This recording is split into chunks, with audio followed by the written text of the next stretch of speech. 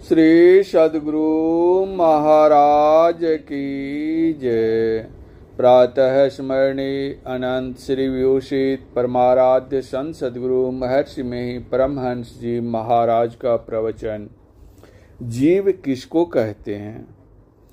बंदो गुरु पद कंज कृपा सिंधु नर रूप हरि महामोह तम पुंज जासु वचन रवि करनिक। धर्मानुरागिणी प्यारी जनता, इस संसार को देखकर स्वाभाविक ही प्रश्न होता है कि सबसे पहले का कौन पदार्थ है। यहाँ हम देखते हैं कि एक के बाद दूसरा पदार्थ है। जैसे पहले पृथ्वी, फिर पृथ्वी के ऊपर रहने वाले पदार्थ। इससे आगे बढ़ने पर मालूम होता है कि इससे भी पहले सूर्य बना। बिना सूर्य के पृथ्वी बन नहीं सकती। यह स्थूल पृथ्वी है। स्थूल बिना सूक्ष्म के नहीं बन सकता। आपके शहर में बड़े बड़े मकान हैं। इतना बड़ा ताजमहल पहले मन में नक्शा बनाए बिना बाहर में बन सकता था? उन दिनों में भी बड़े बड़े कारीगर थे।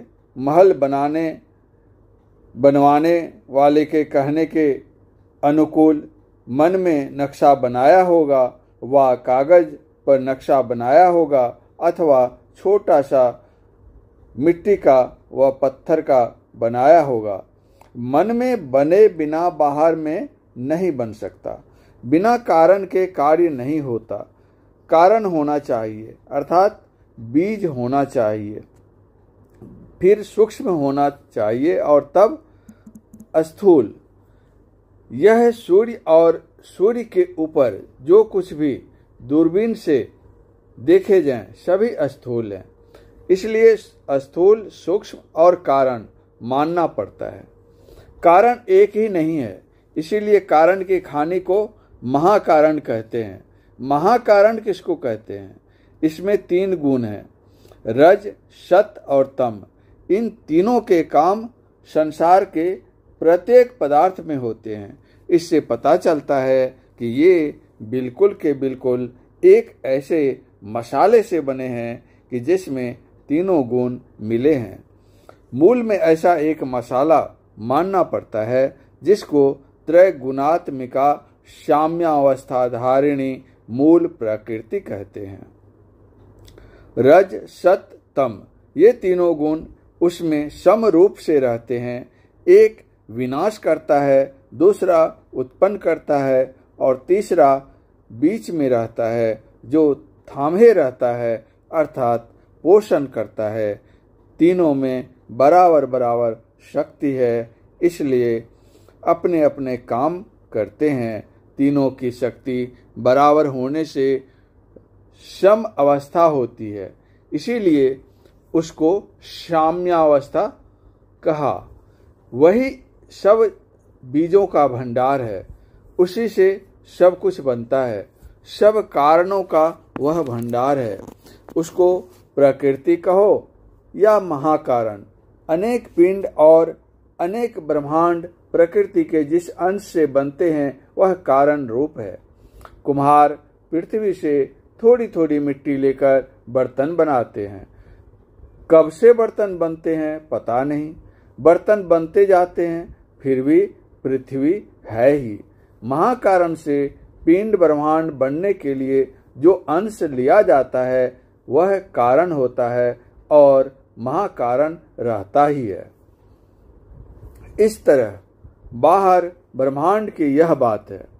ये सब जड़ ही जड़ हैं, इसमें कोई हानि नहीं है। जड़ में कोई ज्ञान नहीं होता, इसलिए एक ज्ञानमय पदार्थ भी मानना पड़ता है जिसको चेतन कहते हैं। गीता के पढ़ने वाले जानते हैं कि भगवान श्री कृष्ण ने कहा है कि मेरी 2 प्रकृतियां हैं, परा और अपरा। यही चेतन और जड़ दोनों प्रकृतियां हैं। इसी से सृष्टि होती है। कुछ वैज्ञानिकों का कहना है कि चेतन कोई भिन्न वस्तु नहीं है। जर जर के मेल से चेतन हो जाता है, लेकिन इसका बोध नहीं हो सकता। शरबत बनाने में पानी और चीनी मिलाकर उसमें सौंफ नहीं मिलाया जाए तो सौंफ का स्वाद अथवा गुण उस शरबत में नहीं हो सकते।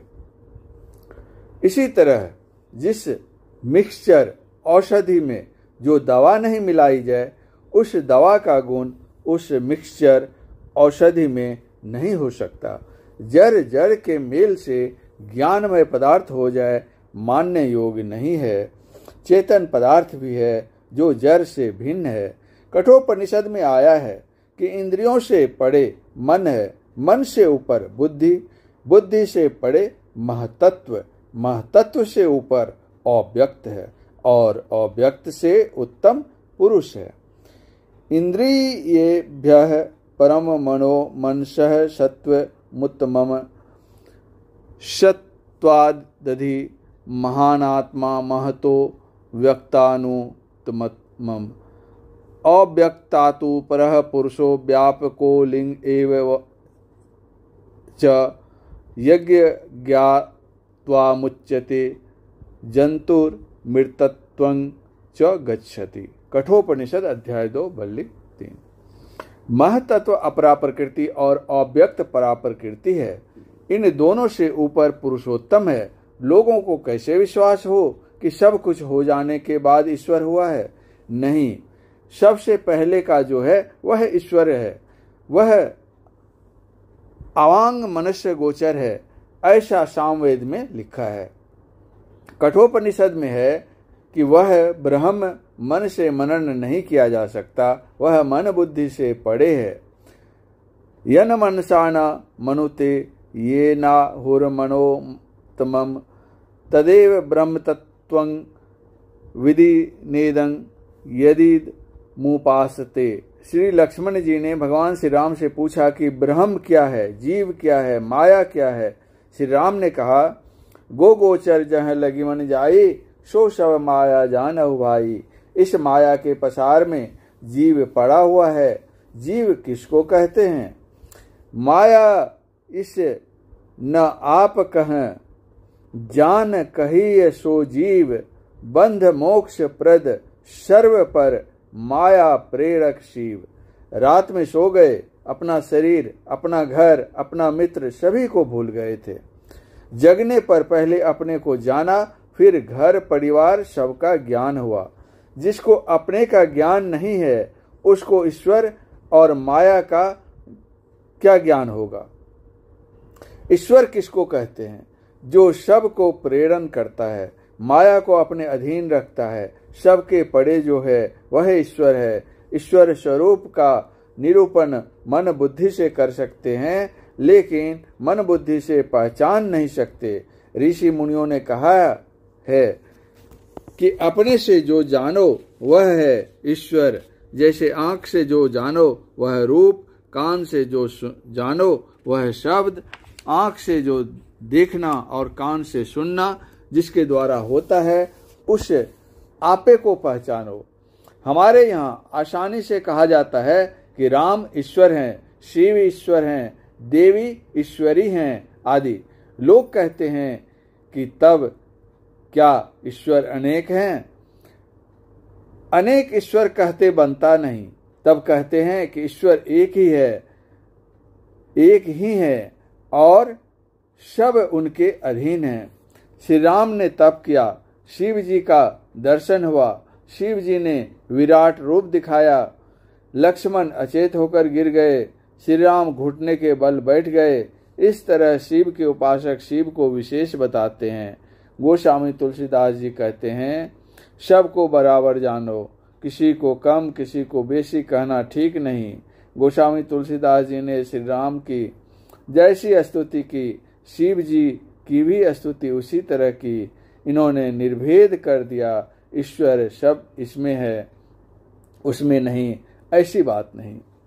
राम स्वरूप तुम्हार वचन अगोचर बुद्धि पर, अविगत अकथ अपार, नेति नेति नित निगम कह। बाबा नानक ने भी कहा है, अलख अपार अगम अगोचरी, नातिसु काल न कर्मा, जाति अजाति आजोनी संभव, नातिसु भाव न भरमा। अगम कहकर बुद्धि के ज्ञान से वह पढ़े है, ऐसा बताया है। जिसका वार पार नहीं, जो सर्वव्यापक है, वह एक ही पदार्थ सब में रहता है, न कोई बड़े हैं और न कोई छोटे। शरीर भाव में जब जैसा मौका हुआ तो एक ने दूसरे को नमन किया, लेकिन सब में रहने वाला एक ही है, उसको बुद्धि से पहचान नहीं सकते। अपने से पहचानो। सर्वव्यापी होने से तुम्हारे शरीर में भी है, वही अध्यात्म तत्व है जो अपने द्वारा ज्ञातव्य है, वही ईश्वर है। नौकर चाकर रूप आँख कान लेकर ईश्वर के पास चलो, सो नहीं होगा। इन सबों को छोड़कर कैवल्यता में जो प्रत्यक्ष होता है वह ईश्वर है। इसी के लिए संतों ने यत्न बताया है कि किस तरह तुम जाओगे, वही भक्ति है। अपने को शरीर इंद्रियों से छुड़ाकर अकेलेपन में लाओ। चेतन तत्व अंतःकरण से भिन्न हो जाए, वह उसी योग्यता का होता है जिससे ईश्वर की पहचान कर सके। चाहिए कि साधन को जानकर भजन करें, बाहर की कोई चीज लेने की जरूरत नहीं, बाहर में सत्संग से विचार लेना चाहिए। किसी घर में कोई बैठा है और उससे वह बाहर निकलना चाहे तो पहले घर में चलना होगा। इस शरीर रूप घर में रहते हो, शरीर के अंदर ही अंदर चलो, शरीर को छोड़ो, आगे बढ़ो। जहर खाने से केवल स्थूल शरीर छूटता है और शरीर रह जाते हैं। जैसे बीज के रहने से वृक्ष हो जाता है, उसी तरह सूक्ष्म आदि शरीर के रहने से फिर स्थूल शरीर बन जाता है। साधारण मृत्यु में सब शरीरों से छूटना नहीं होता है। सब शरीरों से छूटने का यत्न सद्गुरु से जानिए और उसका अभ्यास कीजिए, तब कैवल्यता प्राप्त होगी और ईश्वर दर्शन होगा। परम पूज्य गुरुदेव का यह प्रवचन उत्तर प्रदेश अंतर्गत आगरा शहर स्थित अशोक नगर में दिनांक 21/10/1963 ईस्वी को रात्रिकालीन सत्संग में हुआ था। श्री सद्गुरु महाराज की जय।